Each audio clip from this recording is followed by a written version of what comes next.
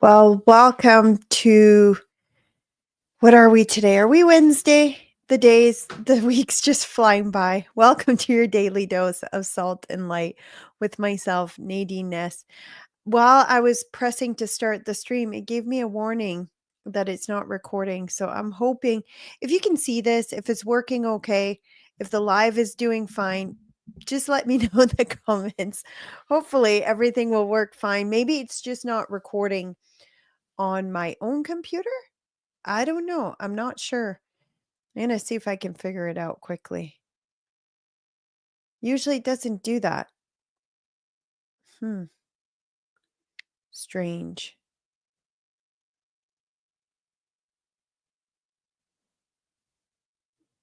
Everything else should work okay. Anyways, I'm going to talk about a controversial subject. It's not really controversial, but some people will find it controversial. I don't find it controversial, but it's a subject that a lot of people resonated with this week, and that's we almost feel like we're seeing a deja vu here on social media and just with the behavior of the government, behavior of a lot of people that we know. And I've been pointing it out. I just at first I didn't know, okay, what's going on? Why does this sound or look or feel so familiar to COVID? Because the government are doing the exact same techniques they did during COVID. So, and I'm talking about is the way that they're dealing with the threat of the tariff wars between the US and Canada. Now, thankfully, the tariffs have not been implemented yet. They've put a pause on it for 30 days. I didn't add that to my Twitter feed, but maybe what I'll do, I'll just search it up whilst when we're kind of looking at other things. But I want to share some of the tweets that I've done in the last week that have gone insanely viral. The first one that I did is when I kind of saw the video that Trudeau did, his big speech that all these liberals are praising, saying, "Oh, this is like a leadership moment for Trudeau." No, he just used brainwashing techniques. The same kinds he did during COVID, the same kind he did when he tried to divide the country during COVID, except now it's not all the citizens of the country. It's trying to divide Americans and Canadian, and you're seeing it work. Unfortunately, it's caused so much division. You're seeing it work, and I'm going to show some of the videos of that as well. And he's demonizing Trump, so now everyone in Canada has a common enemy, Trump. He's kind of rallying all this support, or I don't even know if it's real support, but let me know if you agree or disagree as well in the comment. This is meant to be a conversation, not just me spewing out my thoughts. I want to hear from you guys as well. When it's just me, I don't have a guest today. I will feature more comments as well than just when I have a guest. It's a little bit harder because I want to hear what the guest has to say. But today it's more supposed to be like a conversation. So one of the first tweet is that an astounding Canadian says exact same playbook as COVID. And I'm going to get into it even more as to how it is. It's the same techniques used, and they actually have a program on this. It's called the nudge program. And I'm going to show you how they did this during COVID. We're going to dig into it a little bit. I wish I had an expert to bring in to talk about the nudge program. I do know an expert, but she's not willing to come on the show, but she did suggest a few people. So I might have someone come on the show in the future to talk about it. But I'll show you guys the tweet that resonated with a lot of people. And that's this one here. Who else is getting angered by hearing terms like we're all in this together? And when I saw Trudeau's video, like, it invoked rage. And then I realized I had to go pray for a bit because that wasn't very Christ following like. But it invoked rage, and the reason it did is, like, you used the same wording during COVID. While you completely turned against a big section of the population, you completely divided Canadians.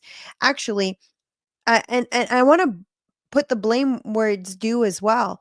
A lot of Canadians follow along with what the government does, and And unfortunately, it's been like that for a long time. Canadians have a nature or tendency to trust their government, to trust their mainstream media.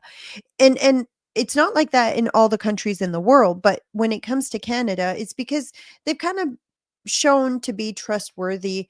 If you look at in the long run, I'm not saying always, but generally there'd be more trustworthy in Canada than some like third world nation country where or China where propaganda is very well known and stuff. But in Canada, in like if you go back in history, for the most part, I don't agree with that anymore. However, before for the most part, that's the mindset of most Canadians. And because of that, they do influence the flow of public sentiment in Canada. And this last week is just a classic case of where they did this. COVID was another case of where they did this. They actually turned people who would have never behaved the way they turned Canadians against their own family members. And it was very much pushed in the mainstream media. It was very much pushed by the rhetoric that the Liberal Party was pushing as well. And and I will also say some on the conservative side, like Saskatchewan was one of the worst provinces. Scott Moe was one of the worst tyrants during COVID. And then he had like a 180-degree during our conversation, during our 1 hour phone call that we had. I don't know if it's he feared political competition or what it was, but he did a 180-degree. Another conservatives or conservative, I'm going to say it like this, would have been Ford. All of them didn't follow the values, the conservative values that we've had for generations. But why? And and then you saw that trickle down. If the leaders are doing it, therefore it must be okay for the regular people to do it. And it was being pushed and pushed and pushed on social media. You couldn't even say, "Hey, wait a minute, can we discuss this?" You'd be attacked. And that same thing is happening now when it comes to people saying, "Hey, Trump has a point." "Oh, traitor, traitor. You don't care about people. You don't care about Canadian." Like the same exact techniques are being used today. So, who else is getting angered by hearing the terms "we're all in this together"? I am, because we weren't all in this together during COVID. In fact, Trudeau made it sure that a sector of the population weren't equal enough or in it together enough to be treated the same as everyone else.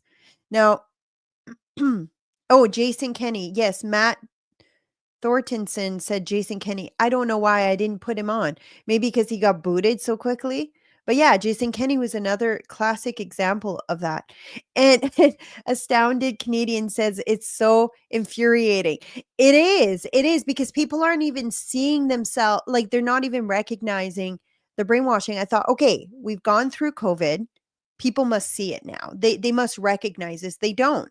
The people who were awake during COVID do, and that's why so many people resonated with these posts that I made in the last week. So the next one that I did here, give me a second. I don't want to move ahead. So I want to make sure. Now, another thing you're going to recognize, remember when everyone's saying get vaccinated so you can help protect your elderly, get vaccinated so you can help protect the children, get vaccinated. And they'd have these little stickers, "I just got vaccinated," all over all over social media, everywhere. The virtue signaling was insane. Now, the same exact people who had to get vaccinated on their profile photos are now having all over their social media, "Buy Canadian, buy Canadian." And it's just pushing that whole same type of virtue signaling. And someone will be like, "Oh, buying Canadian is a nonpartisan issue. We shouldn't be saying how it's a negative thing." I'm going to tell you something. The people who didn't get vaccinated are the OG buying Canadian. We're the anti-globalists. We're the ones that were pissed off when our government was telling everyone to shut down the small mom and pop shop businesses and forcing everyone to go to the mega corporations. We're like, "No, we wanna buy local." And we do buy local. Most of us now have friends with farmers. We actually buy direct from the farm, our beef, our chickens. We grow our own food. It's not that we're not supporting buying Canadian. We already supported buying Canadian. We didn't wait for Trudeau to tell us to buy Canadian. We already did. It's just another form of virtue signal. Oh, we're all in this kit together. We're going to buy Canadian. Oh, I'm going to put a picture of my maple syrup on my profile to show how I support Canadian. You should have been doing that all along. Sorry, this is a rant. I understand. It's just this invokes so many emotion. It triggers me because I just see COVID brainwashing happening all over again. So I did another basically cheeky post, and feel free to tell me what you think. I'm sure I'm invoking emotions in you guys too who are listening. I'm seeing a lot of comments here. I'm going to read some of them and then we'll go into another tweet that I did. Arresting business owners at the whistle stop in Alberta. Pure virtue signaling. Yes. Astounding Canadian. Canada doesn't make enough products for daily life in Canada. You know what? You make a really good point. I buy Canadian for the most part because I buy a lot of stuff locally. And I also get stuff from my Hutterite friends. They bring me a lot of stuff too. But it's true, a lot of stuff are not made in Canada. And we have to recognize with all of this, if there's one good thing is that we're now recognizing that we have a huge problem in Canada, that we don't produce our own materials, that we don't sell to our own people. We don't have free trades among between provinces. And I'll just switch quick. I'll go back to the tweet. But yeah, we've been failing at supporting our own country for for decades, for generations. We should have, you know what? We should be able to grow all our own food in Canada. We have the natural resources, the natural gas, the CO2 to feed into greenhouses so we could actually produce a lot of our food here in Canada, but we don't. We buy it everywhere else. We depend on every other country to provide our stuff. And I don't think it would be that much more expensive to actually produce in Canada. There are some farms in Alberta that do it hydroponic or any other type of methods, but obviously, it doesn't go along with the globalist agenda. So I'll go back to one of the other posts here. This is me being cheeky again. A lot of emotions are being ignited during this whole redo or reliving of COVID brainwashing. So I said we should start selling I bought Canadian stickers to go with the I got vaccinated stickers so they can show everyone what good citizens they are. Nothing annoys me more than the virtue signaling. So anyways, I made that post. And then for all those who you should buy Canadian, it's a nonpartisan issue. We are the OG local buyers, the anti-globalists. Not only do we buy Canadian, we buy local. And get this, we even grow our own food. We didn't wait for Trudeau. We didn't wait till Trudeau told us to buy Canadian. We already did. We also did not need to virtual signal doing it. But anyways, um, and then I just continued on, just seeing some of the comments. I was getting so annoyed. While the current Buy Canadian are spewing their slogans, they had no issues closing down all the mom and pop shops everywhere, forcing everyone to buy from non-Canadian mega corporation, which is so true. So true. But anyways, now now that like, do you guys see it a little bit? Like, do you see it's all the same techniques, it's all the same kind of lines, it's all the same kind of manipulation? I'm gonna video here. I've got to bring it up here. I didn't watch the whole thing. It's just a minute long, but I just realized I didn't add it to the top here. I don't know who the guy is, but the lady who shared it is Glenda M. I'll just show you quickly here, and then I'll bring it up. Oh, I just realized I didn't add the screen share. We'll do that quickly. And let me know if anything happens that the sound doesn't work or anything. Here, make it bigger. It is infuriating to see so many left-leaning Canadians suddenly wrapping themselves in the flag and posing as champions of patriotism after years of undermining the very fabric of our national identity. For years, they've cheered on policies that erode the core of what it means to be Canadian, from erasing our history for pushing for globalist policies that dilute our culture. They've supported mass immigration policies that have contributed to the strained infrastructure, housing crisis, and cultural fragmentation. Now, when it's politically convenient, they're pretending to be the protectors of Canada, a nation they've spent years re-engineering to fit their ideological goals. Where was this so-called patriotism when our institutions are being hollowed out, when our history was being rewritten or erased under the guise of progress? It's pure hypocrisy, and it's exhausting watching these same people act as if they now care about the future of Canada when their own actions have pushed the country toward a loss of its own identity. If you want to talk about patriotism, how about first acknowledging that a nation is more than just open door policy, more than feel-good slogans about diversity, and more than aligning with leftist agendas at the expense of our own values and Canadian culture. It is Wow, does he ever make a good point? So he doesn't go into the brainwashing, but it kind of goes along with it as well. The amount of people who called us freedomers during the convoy to Ottawa, those same people are now putting the Canadian flag all over their profile, all over their social media profile. Now the Canadian flag is in again. It's cool again. All the same people who completely insulted us, who called us misogynistic, racist, just because we were showing the Canadian flag. Now it's cool, so they're going to show it. They're going to virtue signal.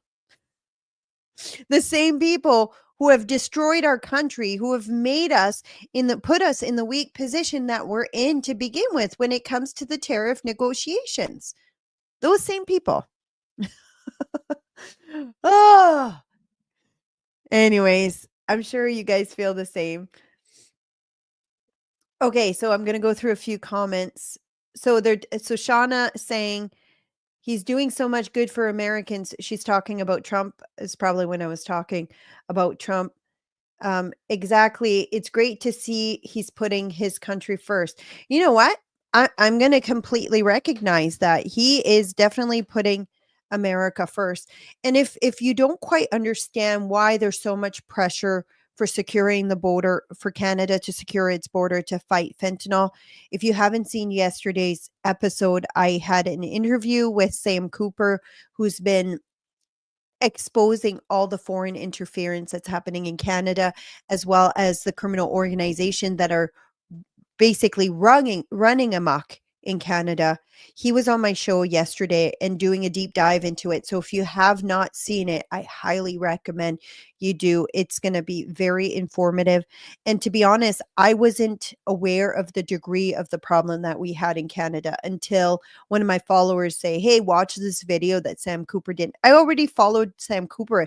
Surprisingly, he followed me too, and I didn't know until I watched this video. I'm like, I need to get him on my show. So I went to his profile to see if I could direct message. And thankfully he already followed me. So I messaged him and he agreed to come on the show. And so many Canadians have already seen it. And I'm glad because it's making them recognize the very real problem that we have in Canada. And also understanding maybe some of Trump's behaviors and action when it comes to imposing the tariffs to be able to get what he wants, which is a secure bordered nation to the north that doesn't produce and sneak in the fentanyl into the US. So if you haven't seen it again, that was yesterday's episode. I think I can't remember what it's titled. If somebody know the title of the show, feel free to put it in the comments and I'll read it. 29 Palm says, Here, I'll show you. And mindless RCMP members went along with it and arrested peaceful Canadians. I agree. And so, for people who don't know, I'm a former police officer. I stopped being a police officer before COVID came. So, I had a fainting condition that confined me to a wheelchair. So, I had to medically retire from the force. I don't faint anymore. We've kind of, uh, I guess, cured it. It was an undiagnosed thyroid condition. But yeah, I remember when all this was happening during COVID, I was like, oh, the cops aren't going to go for it. Like, we're all trained. The Charter of Rights and Freedom is the ultimate law in Canada. And it's ingrained in us. You don't take away someone's freedom unless you absolutely have to. At least it was ingrained in me. And it was one of my core beliefs, even as a police officer. I will only take away people's freedom unless if I truly recognize that by not doing so, someone else's freedom will be encroached on. So yeah, I arrested criminals. I locked them up in jail to protect other people, but there was an actual threat to other people, which during COVID they try to paint it as that, but it simply was not that. The facts of the matter, the facts that have come out then and even now shares a complete different story, but they try to paint it that way to get people to go along. And I never lost as much respect for the RCMP until as much not until I had lost some respect. There is a lot of corruption within the RCMP. There's a lot of problems with harassment. It is a toxic organization, and so many police officers will tell me, will agree with me. There needs to be a revamp, but it starts at the top and follows down. But I never lost as much respect until as I did when I saw what the RCMP did during the trucker convoy and what happened in Ottawa, just seeing the brutal abuse of power.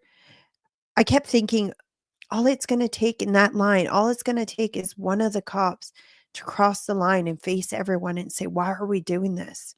Like, I kept thinking there was going to be one of them that was going to do that. And then hopefully it would have kind of changed all the rest. But no, not a single one. That's all it would have taken. And then there would have been more go along. But I just remember being so heartbroken at the time, watching what was going on the live streams on the TV. And yeah, I lost most of the respect that I had left for an organization that I used to be proud of belonging to. I remember when I graduated Depot is the RCMP training facility that all RCMP officers have to go through. It's in one location in Regina, Canada, and every RCMP officer that's been trained in the history of the RCMP was trained there. And I remember the day the graduation weekend. So just so you know, the you go there for 6 months and it's hard. You're under pressure every single day. Everything you get tested on. If you fail, you're out. Like, it's so much pressure, and you're like put to the limits physically, mentally, in so many different ways. And then you get to finishing and graduating, and you often will lose troop members along the way, rightfully so. Some just don't have what it takes, and it's good to not push those through. At least it was like that when I was still there. Maybe they're getting pushed through now, but I remember when graduation weekend, you get to wear your red serge and go pick up your family at the airport. So I just remember being in full red serge for like the first like official time, like out of Depot, out of the facility, and my parents coming down the elevator and just feeling so much pride, and also graduation weekend, receiving our badge for the first time. That was the proudest I had felt as a Canadian, as someone ready to serve my community, to serve my country. And all that pride, all that being,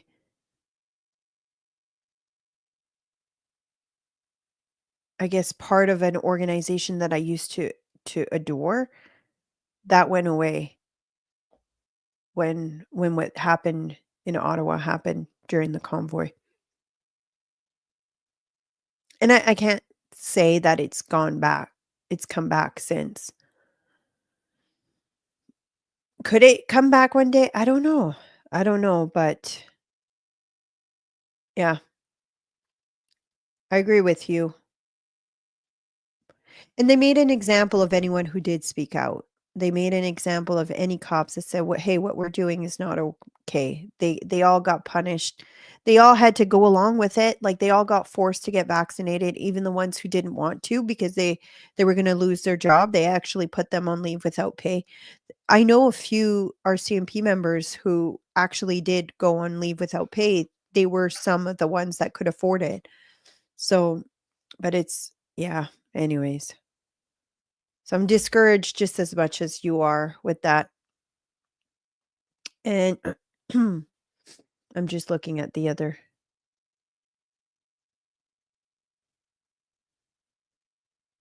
I don't know all and our 6 boosters shots deep.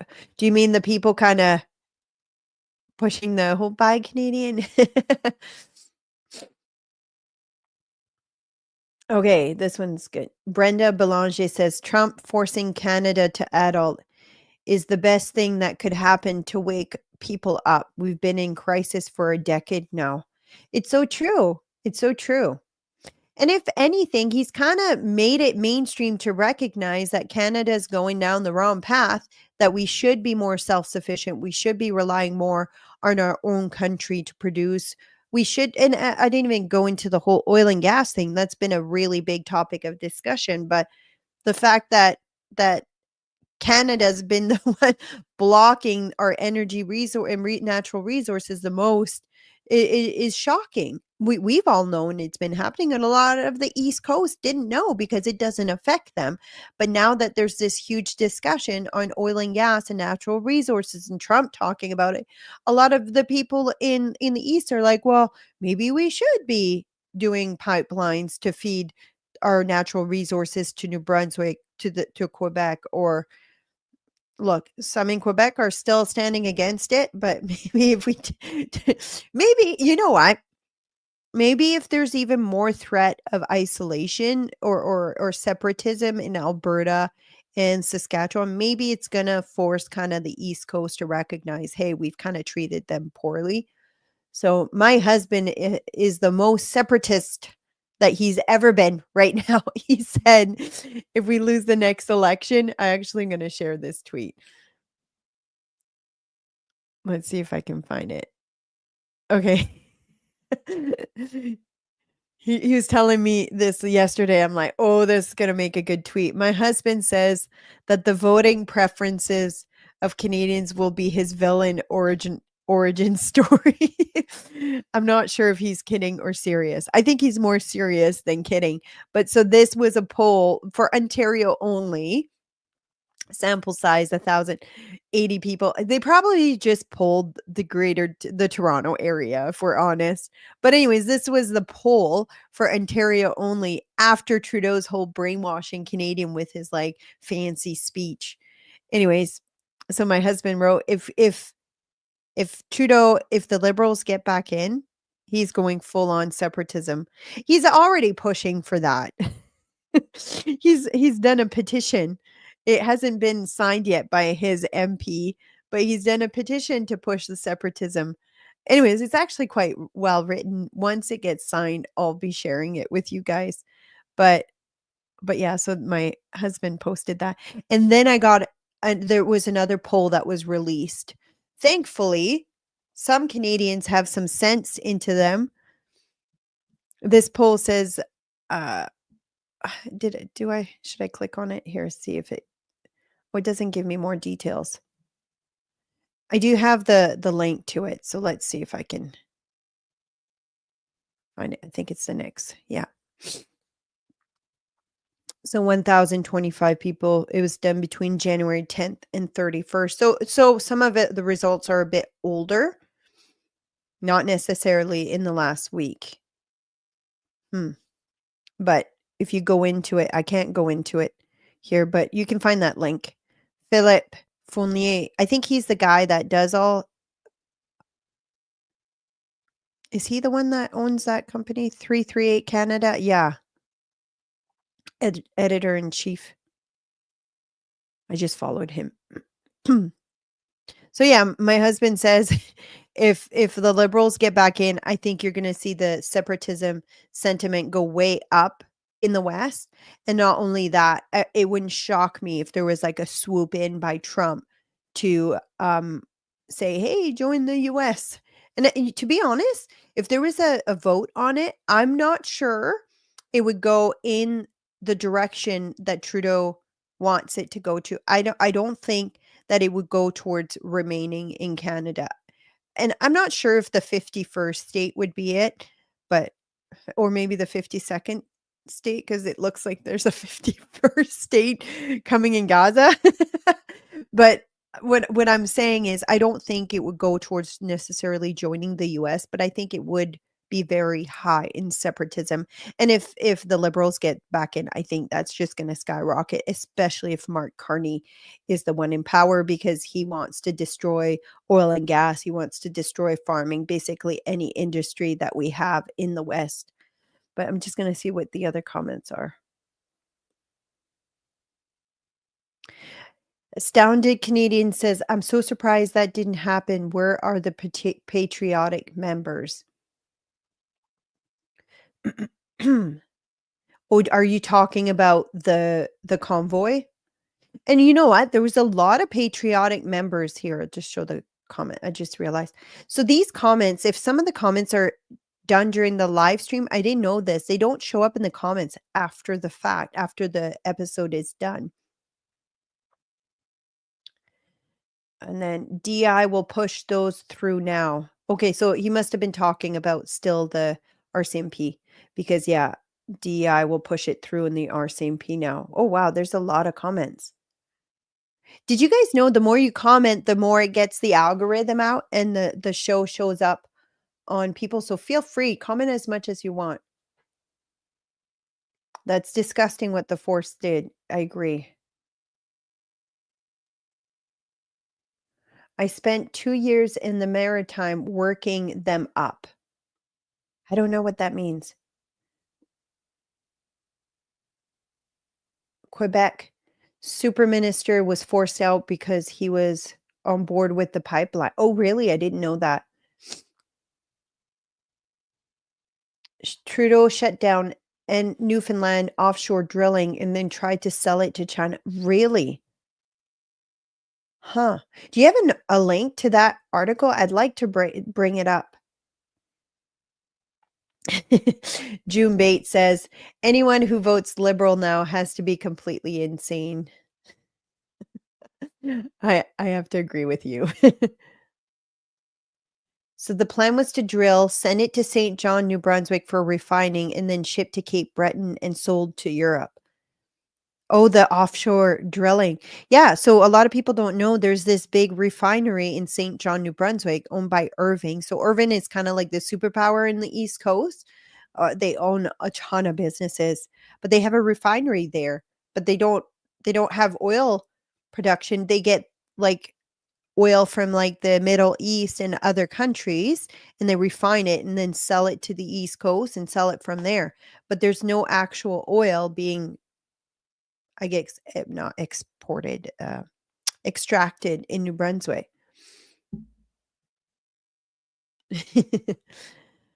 I know, I know. So Colleen says, how anyone could be dumb enough to vote Liberal or NDP after what we've been through this past 9 years?" And that's what I'm saying, like, the brainwashing is so deep. Like, it was clear Canadians were kinda waking up, and then all of a sudden, not Trump, Trudeau makes one speech, and they're all, like, fawning over him. I'm like, "Are you guys for real?" Same same with Mark Carney. Like, they don't realize Mark Carney has the same ideology as Trudeau. We're just gonna keep going in that wrong direction if Mark Carney gets elected. But so many Canadians are so oblivious to that. And I'll say it's because I used to be oblivious to it as well. Like, I used to be a lefty, and it's not a secret. I've talked about this openly. So I'll give anyone a break who used to be a lefty, but after seeing everything that's happened in the last 10 years. Like, I don't know how people don't realize the circumstances we're in, the weak state we're in right now. It's all because of the current government in power. So many comments. Yeah, astounded Canadian says RCMP during convoy because I had asked him to clarify.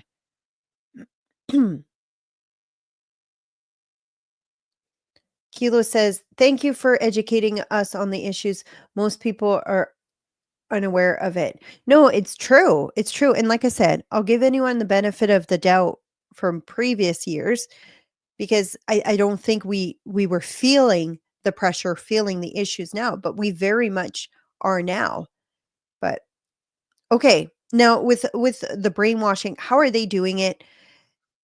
I have a couple posts just showing an example. Let's see here. Where did it go? Ryan,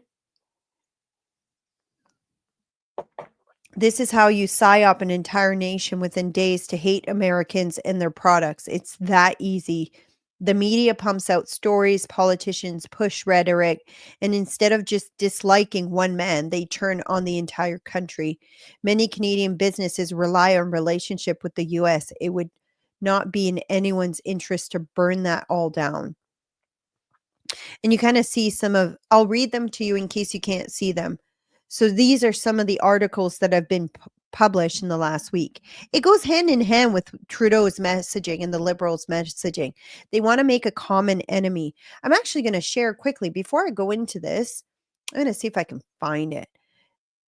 There's a meme that here, meme on.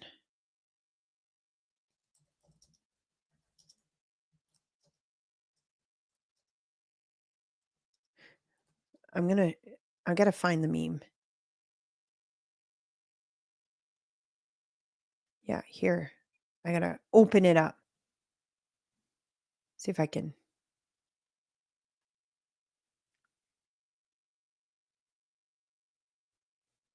Oh, this is the meme, but I gotta explain it first.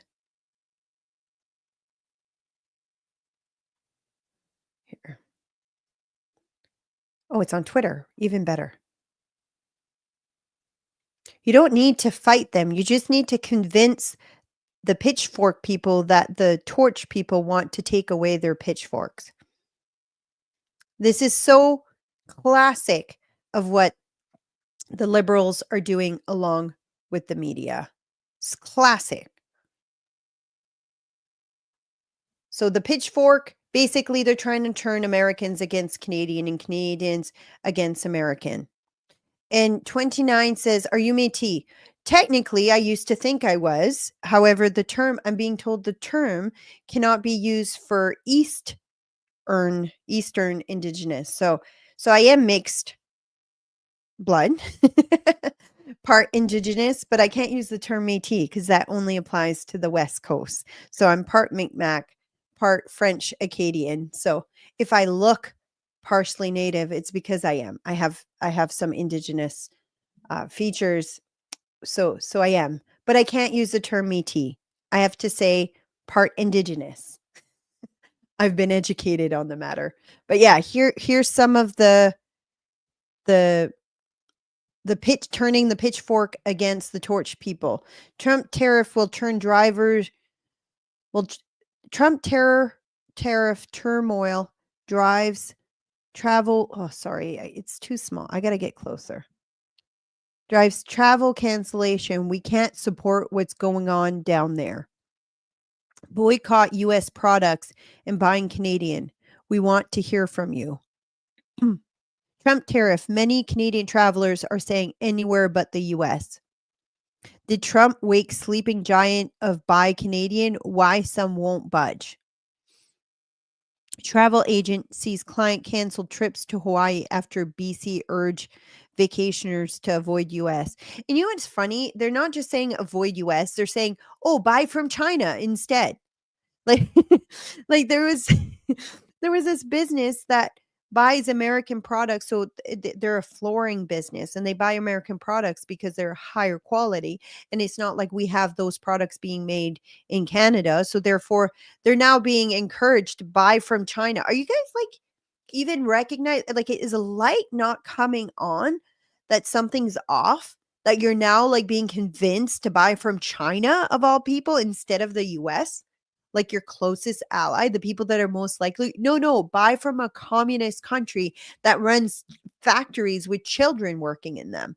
Like that's literally what's happening. And people are just like NPCs and just going along with it and not even recognizing that you're being brainwashed into doing actions that are actually hurting you more.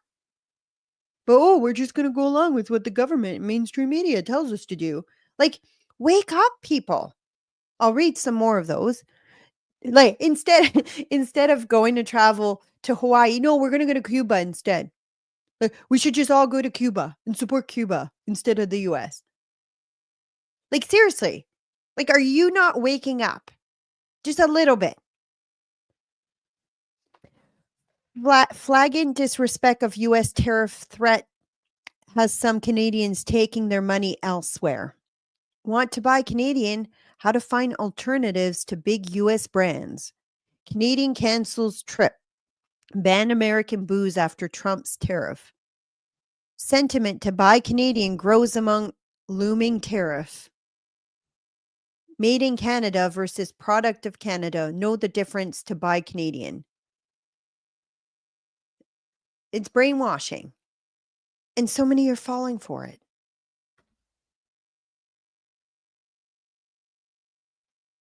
Again, you should have been buying Canadian all along. It shouldn't be because the government is telling you to. But it just shows, right?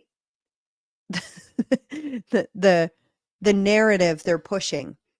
Now, there's another few things that if we're going to talk about the mainstream media and the narrative pushing, something interesting came up. So with Doge happening in the US, it's kind of funny. I said I made a tweet and I kind of stole it from someone, but I gave him credit in the tweet. In the US, they have this Doge Department of Government Efficiency. So they all call it Doge. And they say, we need the same thing in Canada, but we're going to call it Doge A. So anyways, a lot of people thought it was funny. I thought it was funny, but it wasn't my idea. I gave credit to whoever it was on the post. So if you want to go find it, it's on Twitter. But because I've been digging into all this money that the government's been giving certain organization, nonprofit through like US aid and stuff, that it's kind of made people start recognizing that a lot of entities are being paid to do government propaganda. And one of them that's just coming out is the BBC. So the BBC is a news organization. It's called BBC Media Actions Global Team continues to deliver impact. Here, just give me a sec. I want to look it up quickly. What is the BBC? I want to see what chat GPT. Sorry, I need to move my mic for a sec.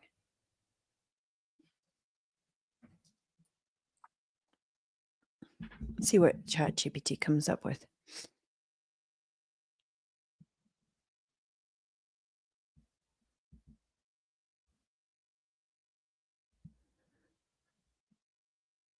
Okay, it's not answering.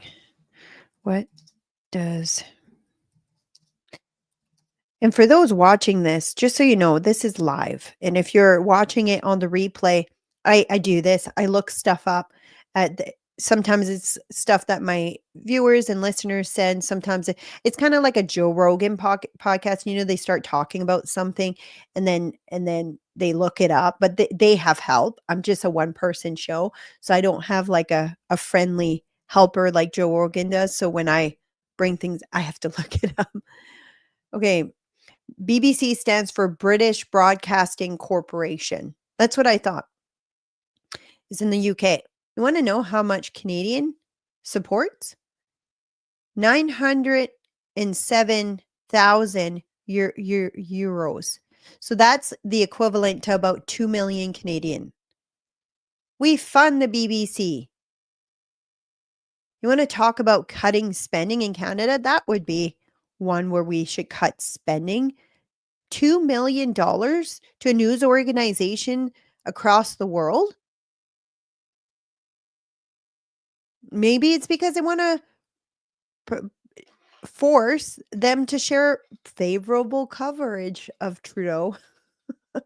Okay, what's the next one? But speaking of that, there's more that's getting uncovered when the fund between with the funding of media. Benny Johnson shared one where they're kind of uncovering a lot of monies being spent. One of them is to an organization, like a news company called Politico, and they've learned that they're spending 8.2 million, and this is all kind of through the US aid. So in Canada, we fund our news organization like in the tune of millions and millions and millions of dollars. But in the US, people didn't know that that was happening until Doge, Elon Musk came in with the Doge, and it's bringing to light all of this funding that's happening that people didn't know. And yeah, Politico, it was, I think, 36 accounts to amount to 8.2 million. I'm just trying to see if there's a bit more. They were the ones that were saying the Hunter Biden story is Russian disinformation, doesn't a former intel official say? That's happening in Canada, but it's even more open in Canada. Sorry, there's so many comments.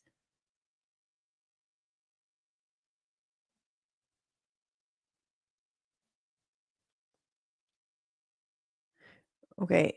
It's coming from Saudi, which we're now found it's coming from Russia. Is that the oil and gas? Sorry, I'm not sure which one you're talking about. The two most popular passenger aircraft are manufactured in the US, Boeing and smaller Airbus like all right.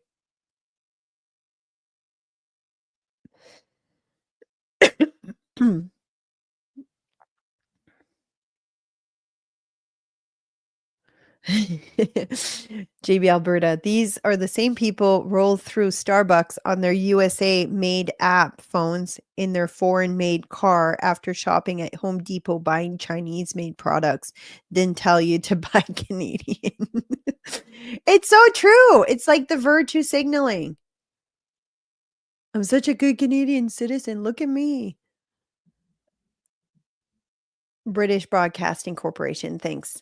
Sorry, I missed that comment. Okay. Money laundering alive and well in Kazakhstan. NGO get millions with zero accountability. Can't tell me the money aren't going from one pocket to another. It's so true. In Canada, we have a lot of the nonprofit organizations that get a lot of funding. And however, the nonprofit organization are being like, they're very much one-sided. It's sorry, I got distracted by a comment, so my brain was thinking 2 things at once.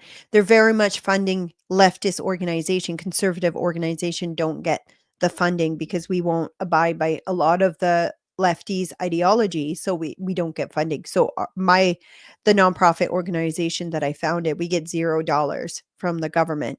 So we get donations from regular everyday people, that's how we function. However, that's not the case for lefties organization. Many get millions and millions of dollars. And I talked to Liz Truss about this. I don't know if you know the former prime minister of the UK. Is it UK or London? Is it the same? I think the UK. Tell me if I think it's the UK. Britain. Is that UK? Yeah, London is a city.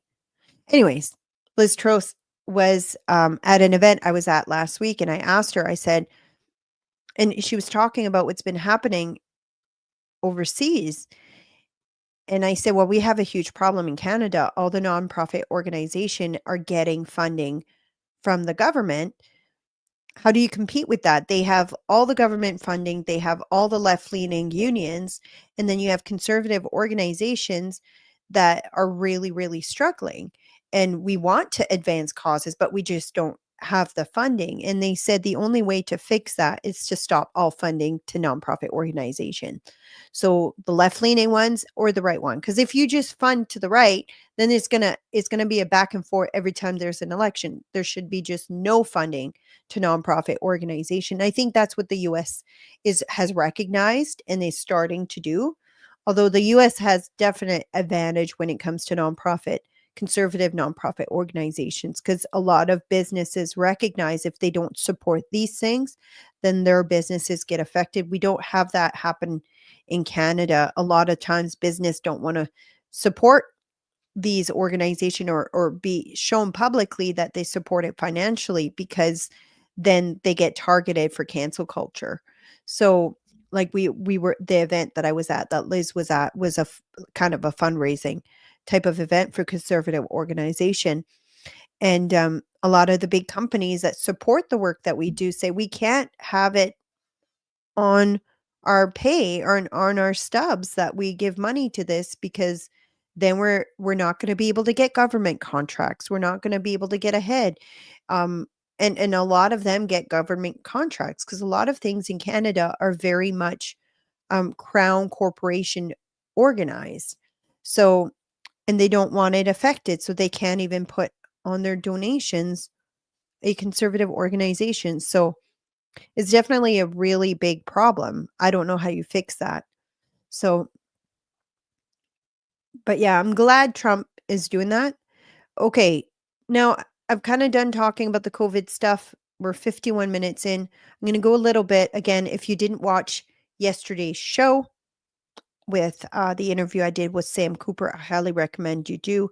We talked about like the really big problem that we have in Canada. But with that, I have a video I want to share. I'm just going to get it ready here. Be involved in the fentanyl trade. Minutes. Thank you. How many, to the RCMP, how many people do you estimate are involved in the production and distribution of fentanyl in Canada? Do you have like a ballpark estimate? Is it 1,000 people? Is it 10,000 people? I don't have a ballpark figure on it. So you have no idea how many people could possibly be involved in the fentanyl trade in Canada? There's a significant group, it's a significant number of organized crime group, but if you're asking for a specific number, I can't give you a specific number. How many organized crime groups are That's you involved? Over 4,000 organized crime groups in Canada, as assessed by the Criminal Intelligence Service of Canada. 4,000 individual organized crime groups, all with their own distinct leadership and membership? That's correct. That's stunning. Now, we heard during the 4,000. That's insane. Greta Thunberg says England is in the UK. London is the capital. And then there's the city of London in London. Quick question. Where does the whole Brexit fall in? What is it that they left? Or is that leaving the UN? What was the whole, if you can clarify? I get confused because I don't follow everything that happens in the UK. I probably should, but I'm just being honest here and transparent. 4,000, that's unbelievable. That's what, okay, that's what J.L. Bartman says. It is unbelievable. And yeah, everyone's clarifying they left the European Union. So they're still the United Kingdom. They just left the EU. Okay, thanks guys. Thanks for the history lesson. I should probably know this. Everyone's commenting. So I'm glad my listeners are very much informed on what happened in the UK. I knew the term Brexit. I just didn't know what exactly it was that they left. So yeah, so it was actually cool meeting Liz Truss and getting to chat with her. I do have a photo that someone took. I didn't take the photo, someone, so I got to get them to send me the photo. I didn't have my phone at the time, but I got to chat with her quite a bit of time. It was a couple day event, and she was kind of hanging around the whole time. But okay, what's next on the agenda here? I don't know if you've seen the videos of a hockey game and they were booing during the national anthem. I'm like, that's not Canadian. I'm so disgusted by that. You want to be pissed off at Trump? Be pissed off at Trump. Don't take it out on all Americans. Anyways, I just thought it was so disgusting. And because of that, I'm going to play a different video that shows what Canadians usually are and do. And the rockets red flare, the bombs bursting The mic stopped working. in air, gave the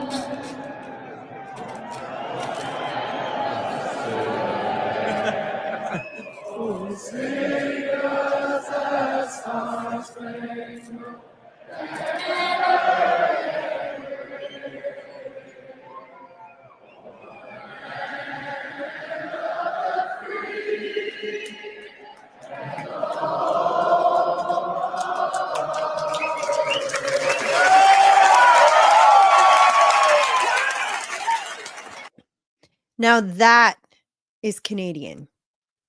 That's who we are. And I remember during COVID, I did a video after the video to Scott Moe. It was at Christmas time when they had, "Oh, don't invite your unvaccinated family over." I don't know if you remember that. Like when it got really, really bad just before Christmas, like the rhetoric was so out there. Some people were saying unvaccinated people should go to jail. They should get arrested. They should die. They should be refused any medical attention, whether COVID or not COVID. Do you remember that time? I remember I did a video just before Christmas, and it's actually what got me to do a video to Scott Moe showing him how far he had like gotten away from the party priorities.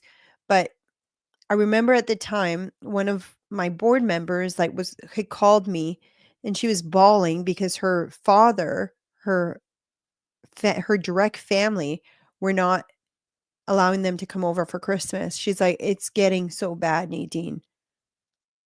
Like, we've never had our family divided like this." And she was bawling. And I'm like, "You're right. This is not who we are. This is not who Canadians are. What is going on?" And I did a video and I said, if you went back in time 2 years ago, do you think you would have treated your family members that way? Like, do you ever think that there will be a time in the future where I'm not going to invite my daughter over for supper at Christmas time? Not because she's become a murderer or she's like completely hurt the entire family. No, just because she chose not to get back. Did you ever think there'd be a time where you would behave that way? And I said, just stop for a second and think, why? Where is it coming from? This is not who you are. This is not who you hoped you were going to be one day.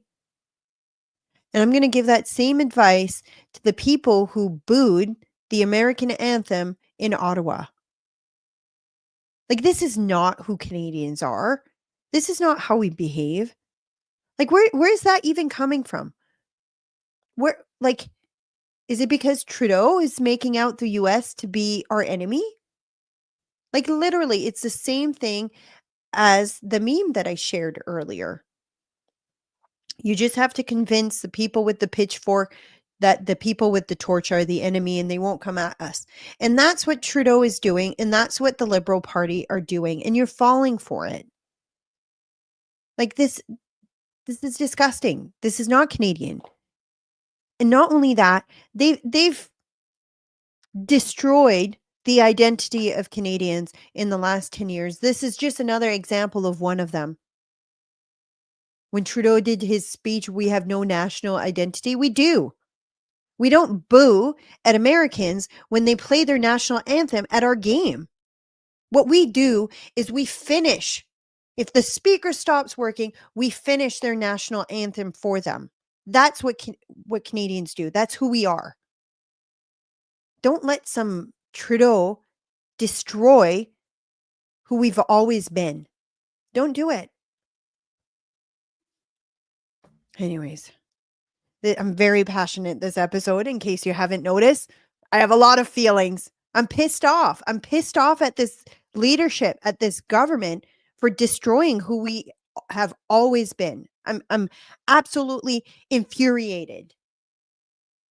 And I want Canadians to wake up to recognize it, so that they don't keep going along with it, so that we kind of figure out again who we are. And that's friends of Americans. That's good neighbors to Americans.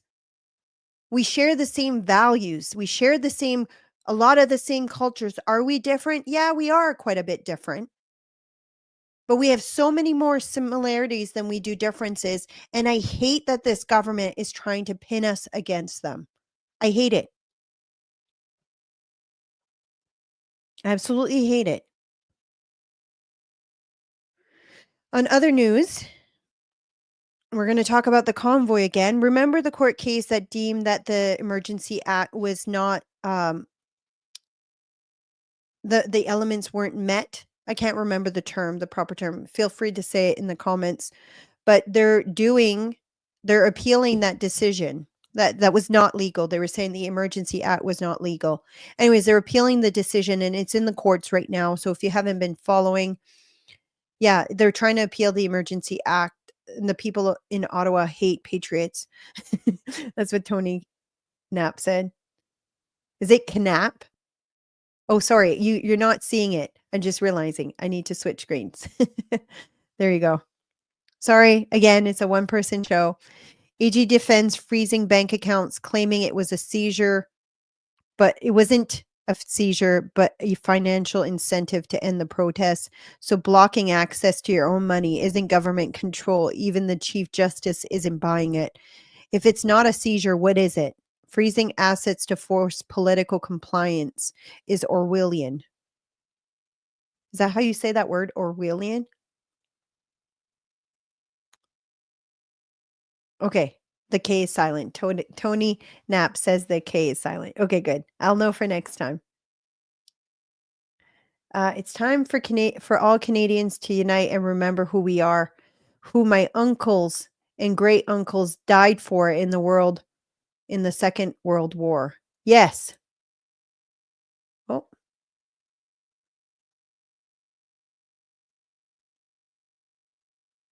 And Heather says, of course, they're going to try and appeal it. They want to use the Emergency Act again. That's true. They froze the bank accounts even before the act was in effect. George, and then Heather says George Orwell. Yes. So Orwellian is a term meaning George Orwell. I think he was like was it communist or socialist, or was it fascism? Which one was it? Like what was his idea? Like I know like there's history books about his ideas, but I'm trying to remember. But yeah, I remember at that time we had our organization, nonprofit Unified Grassroots, and I went to Ottawa through the work. Okay, fascism, 1984 book. Okay, yeah, that makes sense. Okay, it's the 1984 book. Okay, I was like, it wasn't like a Stalin or one of those historical figure, but it's from the book. Okay, that makes sense. But yeah, I remember I went to Ottawa to cover what was happening. I actually went shortly after the speech. There, Trudeau saying, "Oh, they're all misogynistic, racist." That speech, I don't know if you remember it. I was like, "I'm gonna go show Canadians what's actually happening. I'm gonna go there." And so I went the second week, and I remember, like, I came back before the Emergency Act was enacted. I was like 5 months pregnant, and it was a long time to be away from my son. It was a 34-hour drive there, 34-hour back. I was gone for about a week. And when I got back, we were wondering, is our like nonprofit account gonna get canceled? Are we like gonna lose our website? And then I thought, well, is my husband's account gonna get canceled because I was there, even though it was like after the fact? And I remember there was a group that was meeting at the time about starting like the new political party that turned into Sask United. It wasn't supposed to be a new party. We're just meeting like, how do we do change in Saskatchewan? So it was all these people from different places, and we didn't meet because we didn't know if it was illegal to meet to discuss influencing government policy. Like it was such an insane time. It was so insane. So it stifled democracy. It stifled so many things. I hope from the court case that it's going to stay the same, that the ruling will stay that it was illegal, because then they're just going to do it again. Okay, what's the next topic? Huge lawsuit.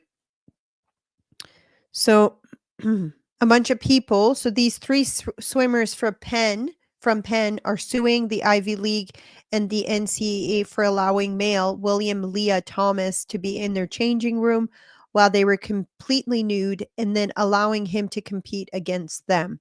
So that's just announced, just released. So it's going to be interesting. I'm going to try to follow what's happening with this in the future. So News Noise Inc. said, does it matter how many people will not speak out now, no matter what happens at this point? I think it did make a lot of people afraid of speaking out. I'm not afraid though. I'll just keep going. I answer to my Lord and Savior, and my Lord and Savior only. I don't want to stand in front of God one day and he said, Nadine, you were supposed to do this and you didn't because you didn't follow me. I'm disappointed in you. I don't want him to be disappointed. He will be disappointed in me. There's many actions I do that are sinful. However, I want to follow his will as much as I can. So one day when I stand in front of him, I want him to say, Nadine, my daughter, I'm very pleased with you. And so if that means we lose everything, our house, our land, everything, fine, come take it all. But I'm going to keep speaking the truth, and I'm going to keep standing no matter what that means as a sacrifice. Again, I fear my God way more than I fear anyone in this world or the ways of the world. Just the same as Sam Cooper, when I asked him, why do you do it? He's like, my faith. And so that's why I do it. Okay, next topic. It's a video. We're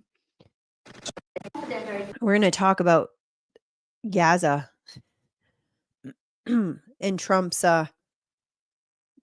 major bombshell. Okay, I want to say something else first. We're having a hard time keeping up.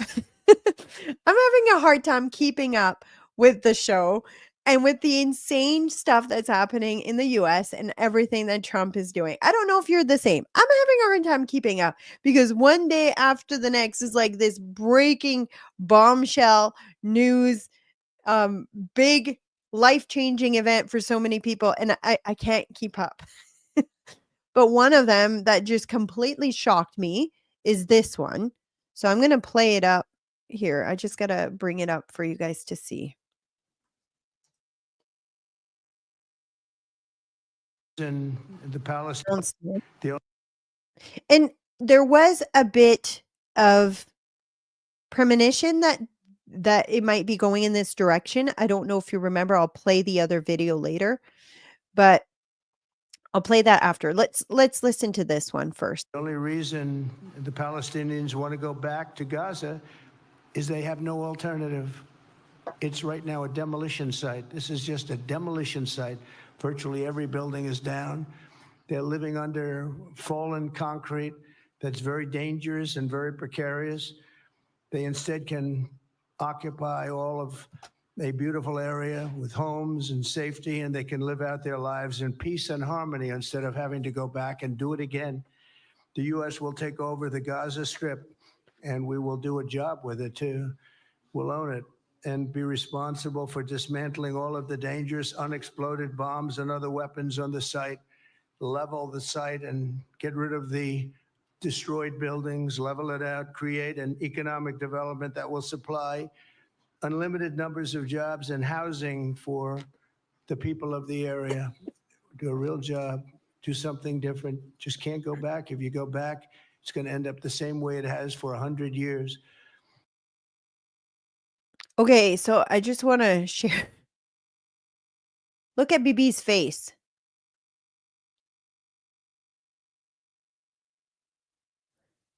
Here, replay. Destroyed buildings, left. He's like, is this guy for real? Okay, and also, like, say ahead, I'm not a huge fan of BB. I think Israel could do better. But just seeing his reaction, I wonder if like Trump gave him a heads up before all of this, or if this is like all new to him. But this is like insane revelation. I asked on Twitter what people thought.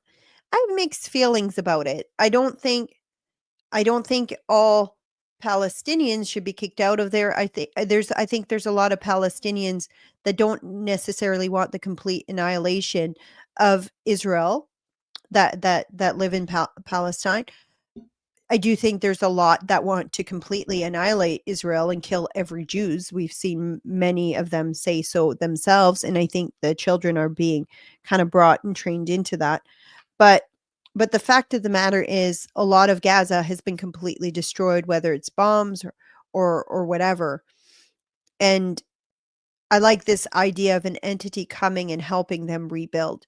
If that's going to be America, I just don't know how it's going to look like or how it's going to go, considering the entity there probably don't want that to happen, unless they do, unless there's been discussions with some of the people about creating a new government in Palestine from the people who don't want every Jew murdered. I don't know. I don't know how that would look like. But what Trump is basically saying, and he said it in the past, is kick out the 1.8, is it 1.8 or 1.9 million Palestinians into Egypt, into Jordan, all the other countries out of Palestine. I don't know if I agree with that, but I'm not like solidified on my thoughts on it. Again, I'm still, I don't feel like I'm informed enough on it to make an accurate decision or opinion on it, but I just find it interesting. So if you're wondering, like, where did this come from? It's kind of out of the blue. Actually, it's not. There was another video. I'll play it for you here. Give me a sec. Where Trump alluded to this, and this would have been like when he was signing all the executive orders.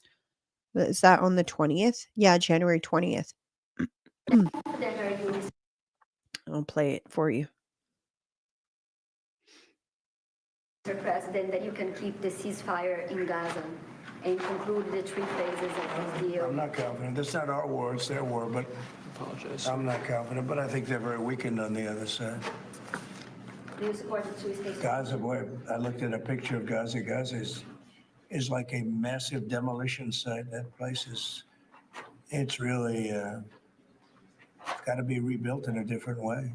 Do you plan to help rebuilding Gaza? I might. You know, Gaza is interesting. It's a phenomenal location. On the sea,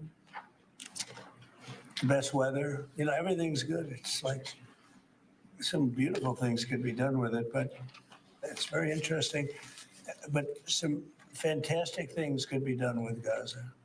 How do you see the future in governance for Gaza? Well, it depends. I can't imagine you could have, well, you certainly can't have the people that were there. Most of them are dead. Confident are you, Mr. President, that you can keep? So that was on January 20th. So he kind of alluded to it. Just going to see if anyone.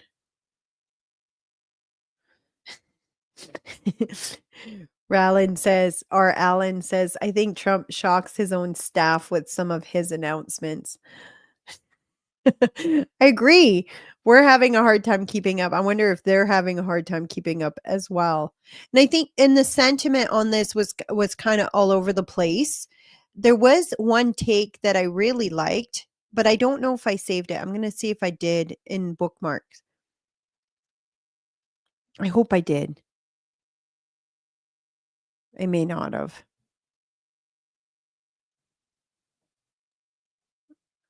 It was late last night, and then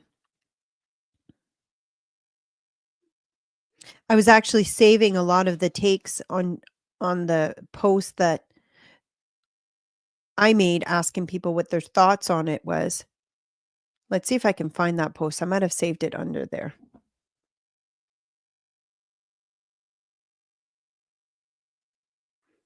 I've been doing a lot of tweets. I've been trying to reach 5 million impressions so I can monetize my channel.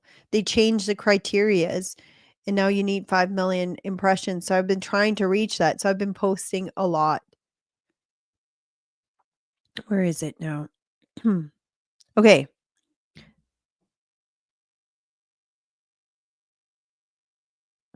So a lot of people were doing jokes about it. So this is the post.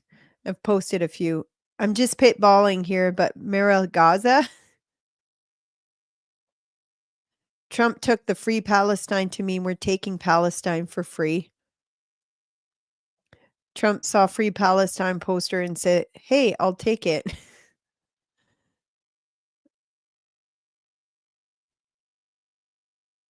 So these are some of the takes. Palestine Muslims refuse to live alongside Jews, so they should go live in a Muslim country. Israel should take control of Gaza in the West Bank and destroy. But the take that I liked was base, and I wish I had saved it. Here, let's just see quick. If I search it, it's too bad you can't.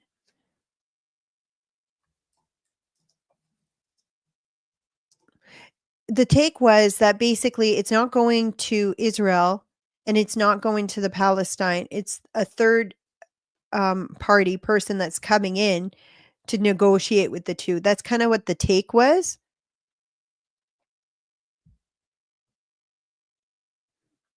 I'm just going to see quickly if I can find it.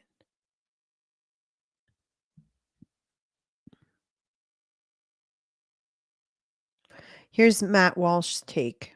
I'll share that. I have no interest in the United States owning or developing Gaza, much less do I want American lives and treasure spent rebuilding some little strip of land thousands of miles away. But I have to assume that this is a negotiating tactic by Trump. We've seen this kind of approach work repeatedly just in the past few weeks, which he makes a good point. I don't want the thing to actually happen, but if the threat of the thing helps bring about a favorable results, then that's great. We should wait and see how it plays out. Interesting take by Matt Walsh. I'm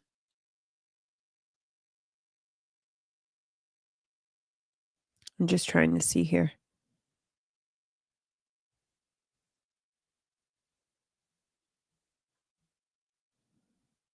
I can't remember who it was that posted it, but it was a really good. Okay, I think I don't know if that is this one, but I don't know who David is. And again, this is live. I'm not going to do a background check on everyone who I feature. I'm just searching. A few thoughts on President Trump's Gaza plan after the benefit of a little sleep. Those screaming about the forced evacuation obviously don't understand the landscape. I know from many direct conversation that most people in Gaza wanted to leave even before October 7th, but no one would take them in. Now, the issue is both amplified and academic. There simply is no physical option to remain in Gaza. Assuming civilians agree to leave, but Hamas sympathizers and terrorists do not, Hamas will be deprived of its most strategic weapon, human shields, and its eradication will be accelerated. That's a good point. The potential for Gaza is off the charts. 25 miles of sunset-facing Mediterranean beachfront. Assuming an average of 1,000 feet of frontage per project, that would permit 132 major multi-hundred million dollar developments along the beach between construction, management, and service job. That's enough economic horsepower to employ hundreds of thousands of people. Sound like a perfect investment for America's new sovereign wealth fund. Makes the U.S. rich and the Middle East safe. Hamas defeat as so-called ideology comes when everyone sees how much better life is after it loses its territory.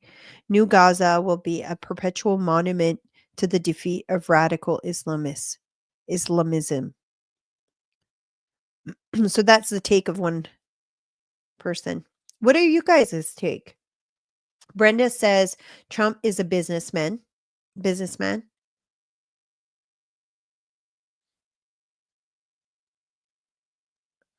Brenda says, I think it's awesome that Trump is ruffling the feathers of everyone. Trump said Gaza was beautiful and would make a great vacation area.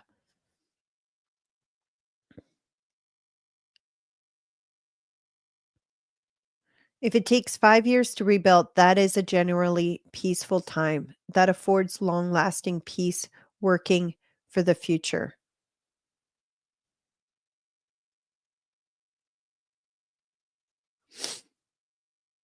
Tony says, hopefully they can deprogram all those people that UNRWA educated to hate Jews and Christian. I think it was more than UNRWA. And a lot of people from the Middle East hate the US and hate Israel. And I can understand if you're in a war-torn country that you lose family members constantly, that would create hatred in itself. It breeds hate. So I can understand some of that sentiment. I don't just think it's just because of the education. Now, do I agree with all of it? No, I don't agree with war. I think war is horrible. Everyone loses during war. But there is a problem that's happening in the Middle East, and you're seeing that as radical Islamists have taken over countries and brought in very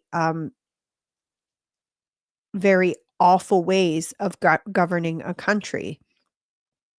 And it's hard for us to understand it when we don't see that kind of ideology necessarily here in Canada. It's hard to understand the scope of it. So again, war is ugly, but I don't think it's just because of one group of people that's doing the education. I think there's so many facets to it to fully understand like the scope of it. You'd have to study it nonstop. But yeah, I don't know if this is the answer. A lot of people quite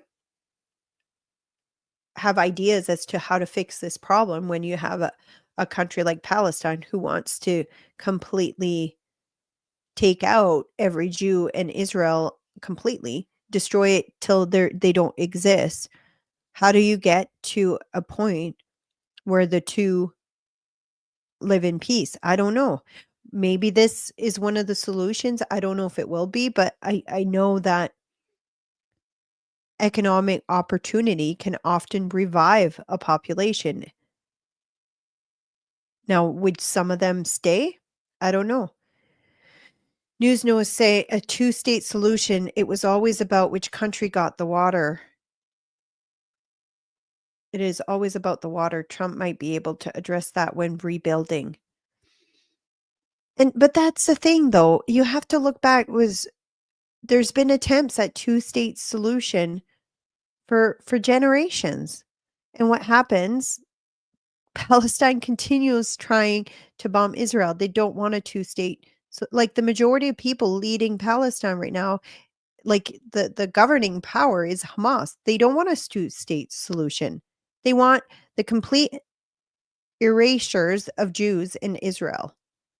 So when you have one willing to do a two-state solution and the other one not, you can't have a two-state solution. So maybe this is going to be the way to go. I'm not sure. Oh, I forgot to talk about Nudge.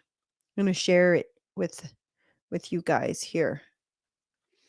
The brainwashing. I was supposed to share this when I was talking about the brainwashing. Nudge program. Just so you know, the federal government has a nudge program which uses behavioral science to manipulate the population. I'll show you the article. The Nudge Unit. Ottawa's behavioral science team investigate how Canadians feel about vaccine, public health, and who to trust. And they give the government advice on how to brainwash them. Oh, it's not going to come up. I probably need to have. How do I read it?